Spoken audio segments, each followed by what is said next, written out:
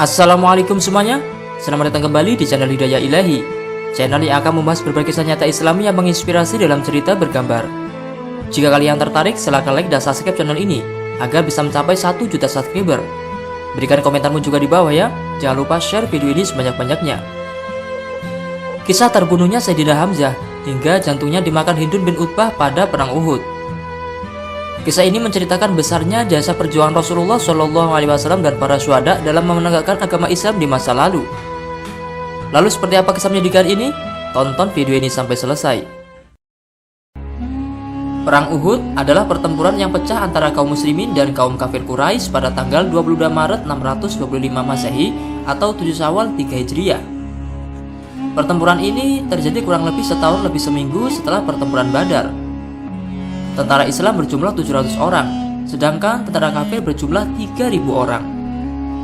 Tentara Islam dipimpin langsung oleh Rasulullah SAW, sedangkan tentara kafir dipimpin oleh Abu Sufyan. Disebut pertempuran Uhud karena terjadi di dekat Bukit Uhud yang terletak 4 mil dari Masjid Nabawi dan mempunyai ketinggian 1000 kaki dari permukaan tanah dengan panjang 5 mil. Sayyidina Hamzah adalah paman Rasulullah SAW. Ia merupakan anak dari Abdul Muthalib dan Haulah binti Wahib dari Bani Zuhrah. Hamzah mempunyai otak yang cerdas dan pendirian yang kuat. Dia termasuk tokoh Quraisy yang disegani. Dia memeluk Islam pada tahun ke-6 kenabian atau tahun 7 sebelum hijrah. Ia ikut hijrah bersama Nabi Muhammad SAW dan ikut dalam perang Badar. Nabi menjulukinya sebagai Asadullah atau singanya Allah dan menamainya sebagai Sayyidus Syuhada.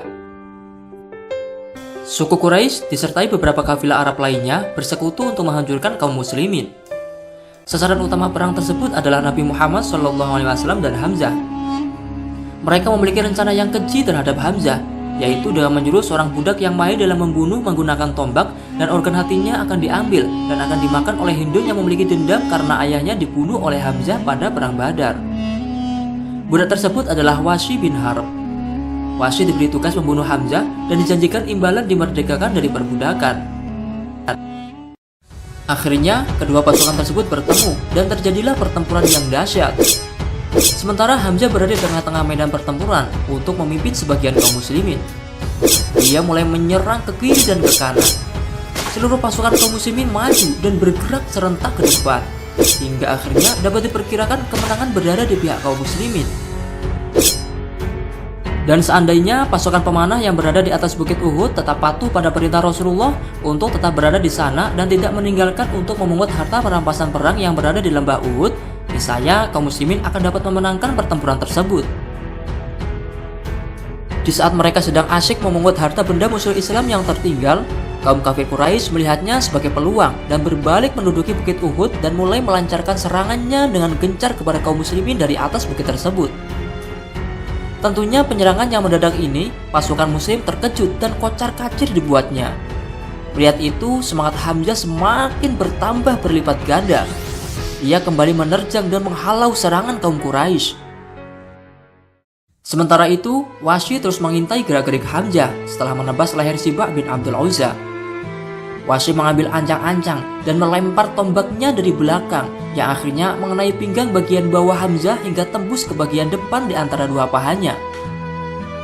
Lalu Hamzah bangkit dan berusaha berjalan ke arah Wahsy, tetapi tidak berdaya dan akhirnya roboh dan meninggal sebagai syahid. Setelah Wahsy berhasil membunuh Hamzah, Hindun segera menghampirinya dan memotong hidung dan kedua telinganya. Kemudian dia merobek perut Hamzah dan mengambil hati atau jantungnya lalu mengunyahnya. Hanya saja dia tak kuasa untuk menelannya sehingga dia meludahkan kembali. Lalu dia naik ke atas bukit dengan perasaan puas dan berteriak dengan suara yang lantang.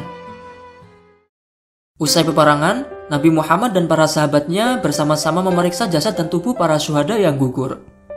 Tidak sedikit pun terlintas di benaknya bahwa moral bangsa Arab telah merosot sedemikian rupa.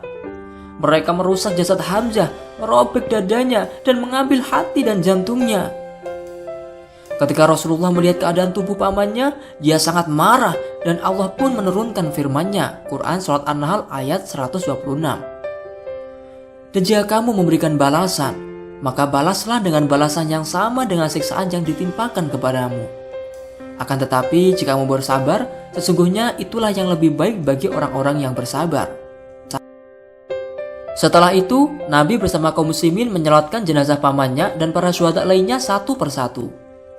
Pertama, jenazah Hamzah disolatkan. Lalu dibawa lagi jasad seorang syahid untuk disolatkan, sementara jasad Hamzah tetap dibiarkan di situ. Lalu jenazah itu diangkat, sedangkan jenazah Hamzah tetap di tempat.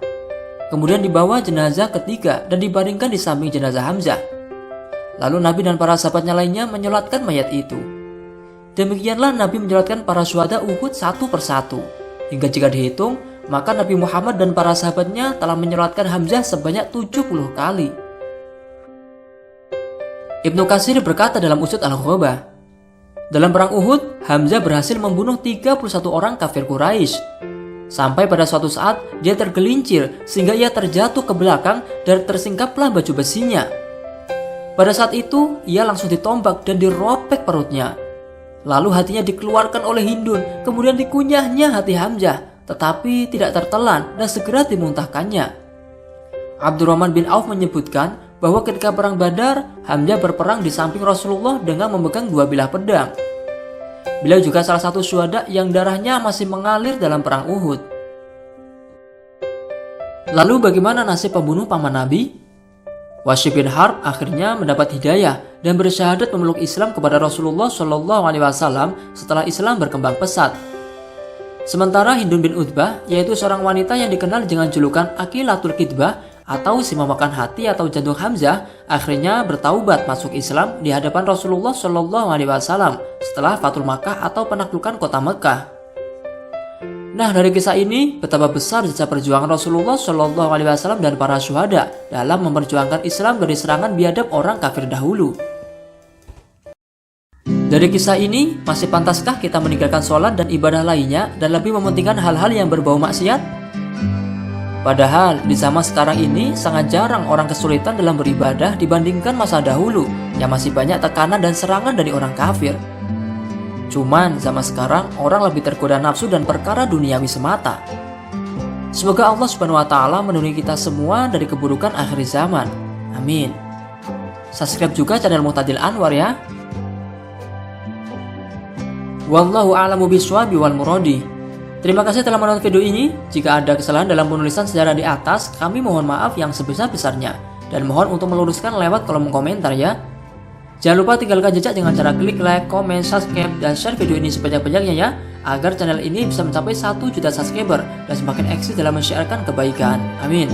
Saya akhiri, wallahul muwaffiq ila aqwamit thoriq. Assalamualaikum warahmatullahi wabarakatuh.